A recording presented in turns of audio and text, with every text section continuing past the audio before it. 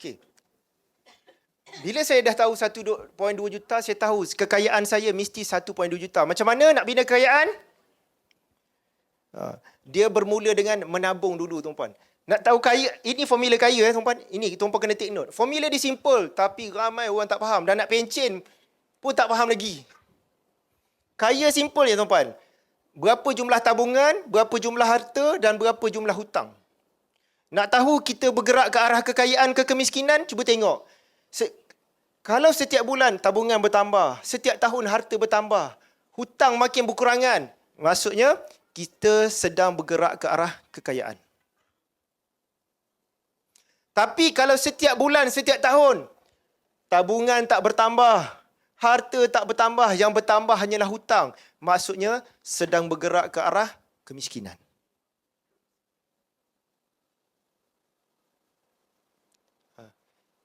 Kereta mewah tapi hutang bertambah. Rumah mewah, rumah besar, hutang bertambah, harta tak bertambah. Sedang bergerak ke arah kemiskinan.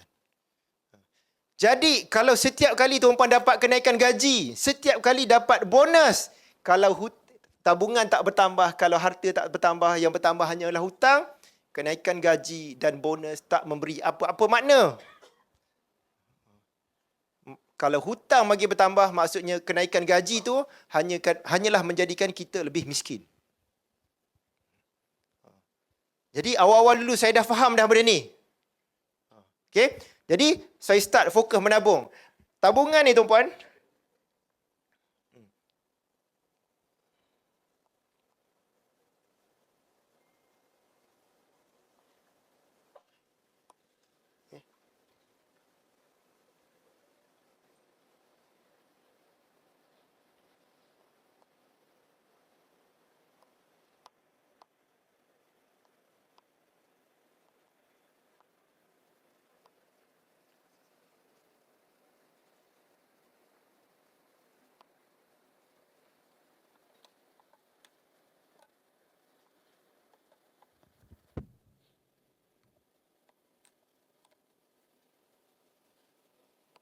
Okey.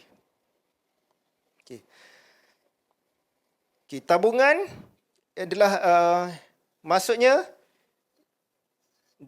duit cair, liquid. Harta maksudnya dia ada cash flow. Ini termasuklah duit dalam akaun bank. Termasuklah ASB. Termasuklah tabung haji. Termasuk fixed deposit. Termasuk emas. Okey, harta. Harta ni ada cash flow, tuan-puan. Harta ni ialah apa yang kita miliki yang membuatkan duit masuk dalam poket kita. Apa sahaja yang kita miliki yang membuatkan duit masuk ke poket kita. Ini definisi mudah, tuan-puan faham. Rumah yang tuan-puan beli tu, duit masuk dalam poket ke duit keluar daripada poket? Kalau keluar, itu bukan harta, itu beban. Tak salah, tapi dari sudut kekayaan, tuan-puan kena faham, itu bukan harta. Dia akan jadi harta. Harta waris kita bila kita mati. Bukan harta kita waktu kita hidup. Kereta yang tuan-puan beli, duit masuk dalam poket ke? Sebab kereta tu duit kena keluar daripada poket. Duit keluar daripada poket, itu bukan harta, itu beban.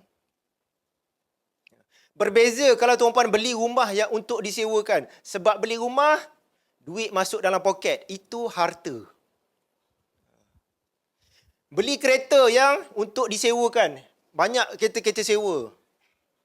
Sebab beli kereta, duit masuk dalam poket. Itu harta. Bila kita faham benda ni, bila kita nak beli, tengok ini harta ke, ini beban. Kalau tak faham, kita main beli. Kereta, harta. Rumah, harta. Padahal anything happen, kereta tu kena pulang kat bank, rumah tu pun kena pulang dekat bank. Okey? Kena faham ni. Okay. Termasuk harta ni adalah rumah yang boleh disewakan. Termasuk tanah yang mendatangkan hasil. Tanah kebun, ladang, kelapa sawit, tanah getah, tanah kelapa yang mendatangkan hasil. Bukan tanah semak samun. Semak samun kita kena bayar untuk maintain tanah tu. Kena upah orang. Kalau tak jadi sarang ular, sarang biawak, jiran marah nanti. Okay. Apa lagi? Tuan-puan, memiliki intellectual property, harta intelek. Tuan-puan sebagai penulis buku, contoh penulis buku, ni dia ada royalty. Harta intelek, dia panggil harta intelek, intellectual property. Antara tulis buku. Tuan-puan ada ilmu dan pengalaman yang mahal, yang bermanfaat untuk orang lain belajar. Tuan-puan tulis ilmu tu. Orang lain beli dan baca. Buku wang emas misi bawah hutang tu saya tulis sekali je. Tapi royalty yang galeri ilmu bayar kat saya tak jual buku ni. Berpuluh ribu setiap tahun. Tak buat apa, tulis sekali je. Berpuluh ribu, tuan-puan. Saya ingat antara buku yang galeri ilmu sangat happy lah. Tulis tahun 2017 lagi, sampai sekarang jadi best seller, tuan-puan. Sebab apa? Ilmu ni bermanfaat untuk masyarakat. Saya bukan tulis buku nak jual buku. Saya tulis buku supaya ilmu saya ni disampaikan kepada masyarakat. Saya akan tulis banyak lagi buku. Apa yang saya seminarkan ni semua saya nak bukukan. Supaya satu hari nanti saya tak ada ilmu tu terus dapat bagi manfaat kepada masyarakat. Okey?